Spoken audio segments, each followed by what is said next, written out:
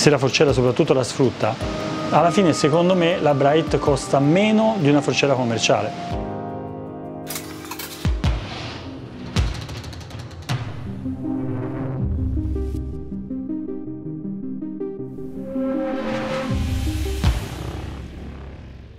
Questa a livello macro è sostanzialmente la Bright. È bella, questa è venuta particolarmente bella, di colori, di tutto, ma poi senti, è praticamente asciutta.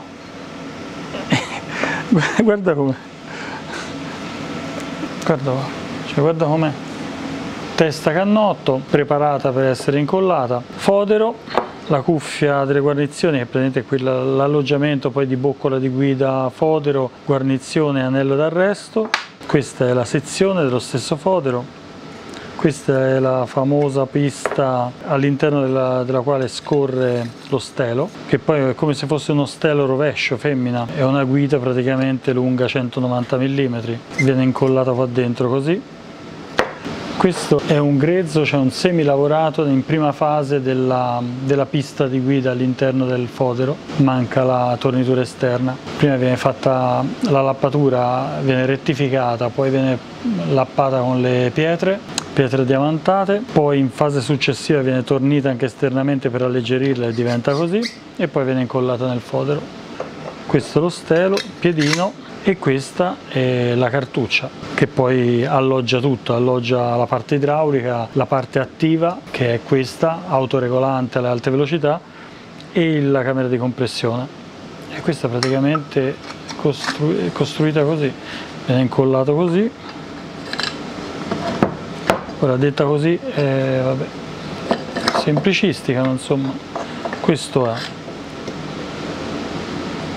Lo stelo lavora qua dentro,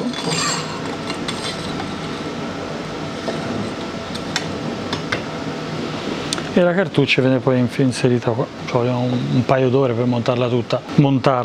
Solo di incollaggi ci va un'altra ora circa. Poi c'è la cartuccia che quando è tutto pronto e è chiaro il tuning si monta in 30-40 minuti. Più che altro montaggio e messa a punto, e poi prove di verifica. Questa è la console di comando del gruppo CNC. Il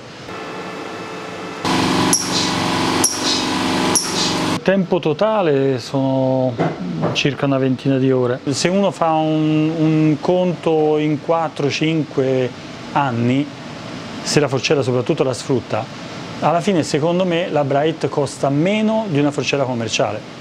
Perché la forcella commerciale alla fine, quando ha finito il suo ciclo commerciale, tu la ricompri nuova. Questa no. 12 anni di differenza l'una dall'altra, questa è il 2012 e questa è il 2024. Qui ci va l'H8 e l'H8 la puoi prendere e mettere tranquillamente nella 0, come la cartuccia della 0 la puoi mettere nella forcella di oggi. È tutto completamente compatibile. Se consideri che con 200 euro ti facciamo la revisione completa, che significa smontare tutto, lavare tutto, a quel punto viene esaminato tutto, dalle piste di guida all'interno dei foderi, le sedi delle boccole di guida, bisogna vedere come lavorano, eventualmente le rilappiamo e rilucidiamo. Quindi un'operazione meccanica che non è un'operazione fatta con lo straccio e il trapano, è un'operazione fatta con la lappatrice, un'operazione molto precisa. Se c'è necessità rianodizziamo oppure ti cambiamo il pezzo, mettiamo tutte le parti minori completamente nuove ma upgradate, ti viene rifatta la messa a punto. Se tu vuoi cambiare, dici la mando in revisione, però ho cambiato bici, oggi voglio, non lo so, voglio aumentare l'escursione di 10 mm, voglio una diversa curva di progressione, e poi mi sono accorto che sono dimagrito, lavoro in modo diverso sulla bici, mi sposto in modo diverso, sono più leggero ma sono più aggressivo. Rifacciamo tutto il setup, e non è che c'è un costo, viene ridiscusso il setup col cliente, e anche quello è un servizio, perché alla fine è una consulenza anche sul cosa scegliere, come fare la forcella. Tutto è compreso in quella revisione periodica, nella revisione che mettiamo quella annuale.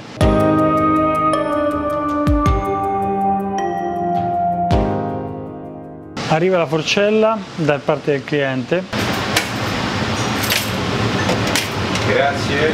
Viene smontata tutta, questo è il primo smontaggio, poi si va più in profondità, tutti i pezzi passano dagli ultrasuoni o dalla vasca di lavaggio dall'altra parte, arrivano a questo stadio, tutto è smontato, lavato, asciugato. È importante perché andiamo ad analizzare come hanno lavorato tutti i singoli componenti. Sostituiamo i pezzi che sono usurati oppure che hanno un upgrade. Da questa parte facciamo il montaggio finale della cartuccia, ritorno qua sopra, fa la calibrazione delle guide e quindi vengono controllate tutte le sedi, le boccole di guida e determinati i giochi, perché il gioco ci deve essere in una forcella, deve essere il gioco corretto, il gioco giusto, ma soprattutto tutto deve essere allineato.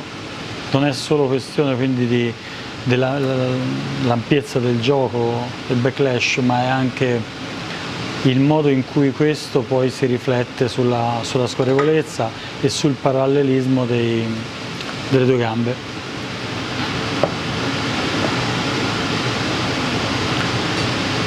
Prima viene controllato tutto, è stato già controllato a monte in fase di produzione, quando esce di macchina, ma viene ricontrollato il tutto prima del montaggio, prima di tutto come un doppio check, ma anche perché nel frattempo poi in alcuni casi si sono aggiunti anche dei trattamenti. Dopo il controllo delle guide si passa a un premontaggio a secco, perché col premontaggio a secco si vanno a verificare poi gli effettivi giochi anche proprio a sensazione, al tatto. Anche le scorrevolezze cambieranno in base non solo in base al gioco effettivo tra un diametro e l'altro, ma alle deformazioni, perché comunque un minimo di deformazione ci sarà sempre, anche se di micron. E siccome le forcelle le Bright sono fatte con precisione molto strette, noi siamo costretti poi ad andare a cercare anche difetti che normalmente sarebbero secondari, impercettibili, cioè cose veramente di manciate di micron, perché quando un accoppiamento è molto preciso basta un errore anche di 10 micron che si sente, fa la differenza, e 10 micron sono ordini di grandezza che normalmente non sono applicabili al nostro settore. Quindi dopo il controllo a secco si può tranquillamente passare alla lubrificazione, si ingrassa tutto e a questo punto si monta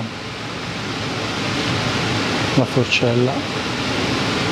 L'ultimo montaggio è quello definitivo. Calibrate le boccole, rimontato il tutto e poi viene messa sotto pressione, sta 2 giorni in pressione per vedere se c'è qualche perdita a livello statico e se ne va. Ciao, grazie. Tutto questo dura circa 2 giorni perché ci sono le varie fasi, poi i tempi morti dovuti anche ai lavaggi.